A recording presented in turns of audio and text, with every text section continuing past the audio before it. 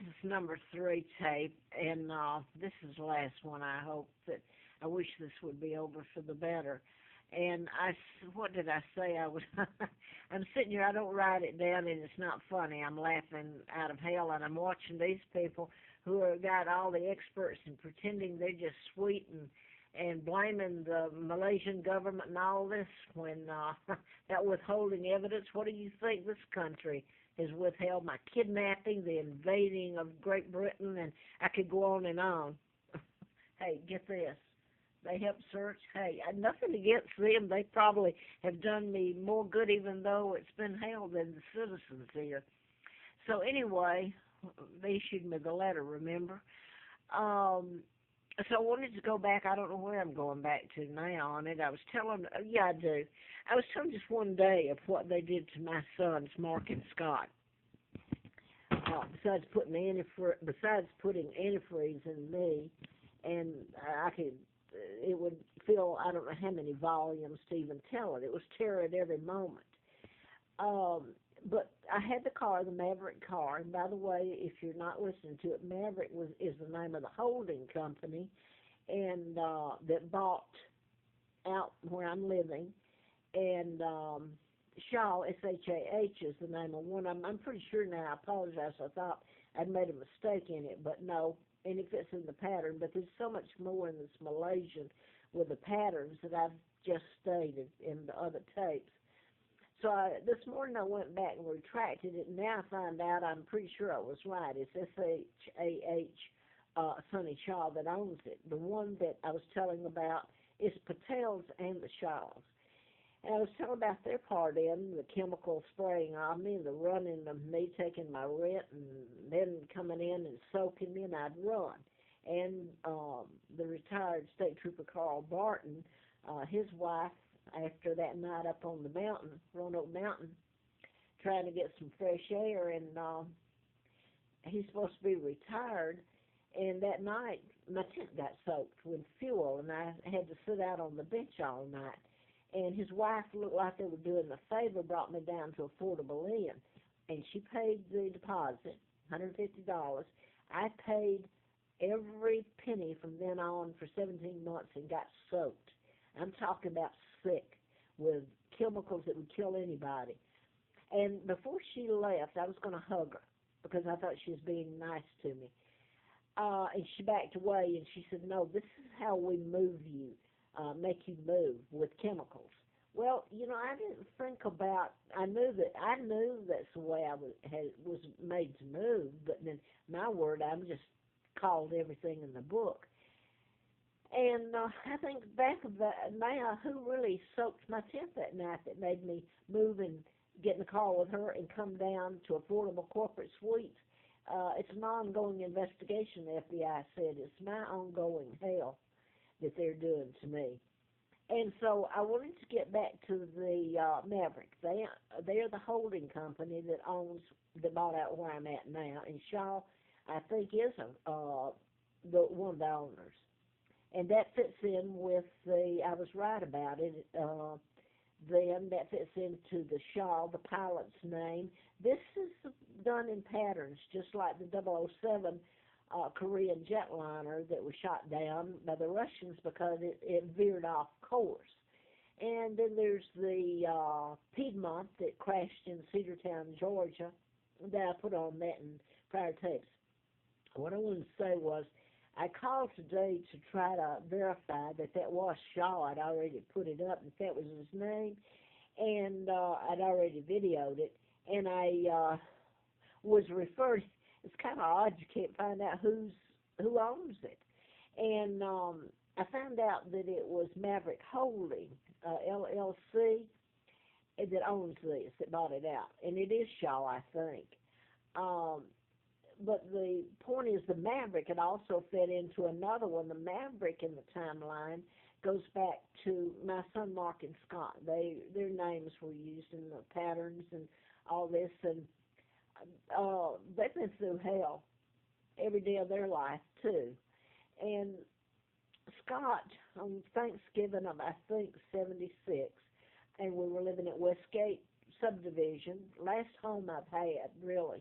And let me remind you, Westgate was in Kenya when the Jews and the Americans went in when the people were programmed to go into Westgate Mall. It's who do you think's doing this? While all these people sitting on the media and pretend they're the good people, I've turned this over from day one. They know it. They're not going to tell the truth. They do. You turn around and tell them they're doing it, and they'll turn on you in a heartbeat.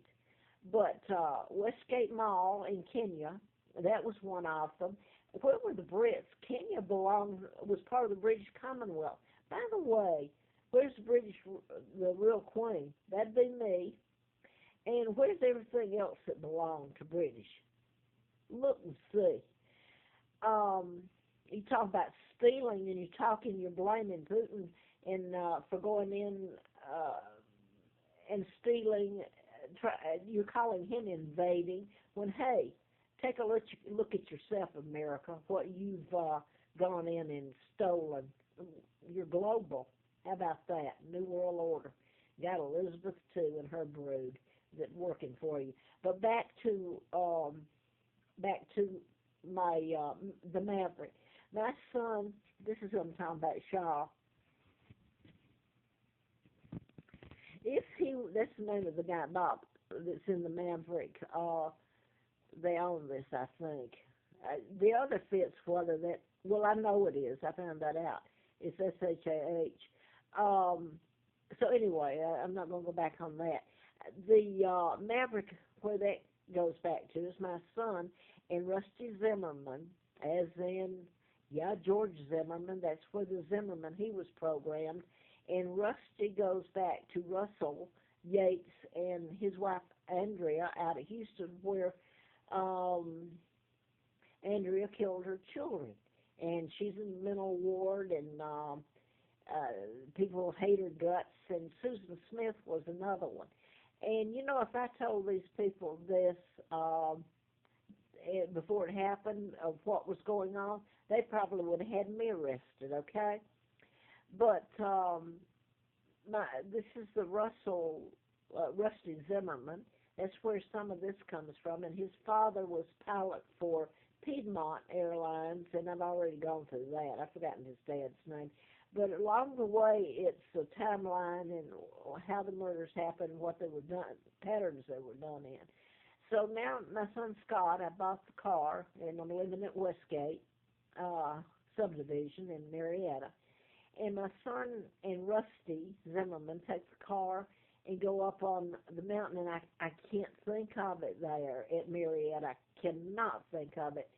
But they got stuck. It had been raining a lot then. They went up, and it's not a travel road anyway.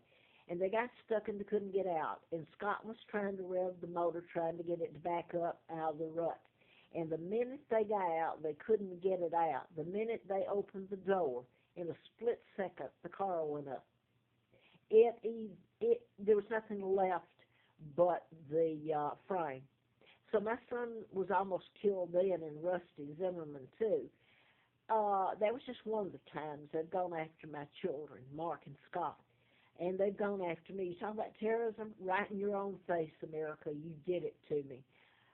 Now then, if you want to flip this off and say it's not true, it's very true. And just because you don't know it, America, you can. I was telling about it in '77. MK Ultra was brought before Congress in '53. This goes back to the Tesla files that were stolen in about 1930. And maybe it was going on before then. You could use a handset to, and they teach you the Morse code, and you don't know you're getting it. It's done at a level that you're not aware you're getting it, like a dog whistle can hear, and you can't. It's at their level. So you're getting programmed, and you don't even know it. Nowadays, you can go to YouTube, and you can punch in mind control, and you can get some pretty good stuff. Doctors who stuck their neck out. No wonder this works. This kind of murder works, mind control. It's invisible, and nobody wants to hear about it. They think, well, stay away from me. I don't want to hear about it, so maybe it won't touch me. So that's where it's at, and that's what this um,